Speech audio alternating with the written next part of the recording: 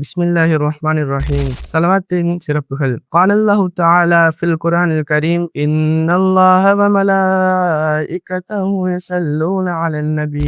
நிச்சயமாக அல்லாஹ்வும் அவனுடைய மலாயிகமார்களும் நபிகள் நாயகம் ஸல்லல்லாஹு அலைஹி வஸல்லம் அவர்கள் மீது ஸலவாத்தை கூறுகிறார்கள். யா அய்யுஹல்லதீன ஆமனூ ஸல்லு அலைஹி வ ஸல்லிமூ தஸ்லீமா.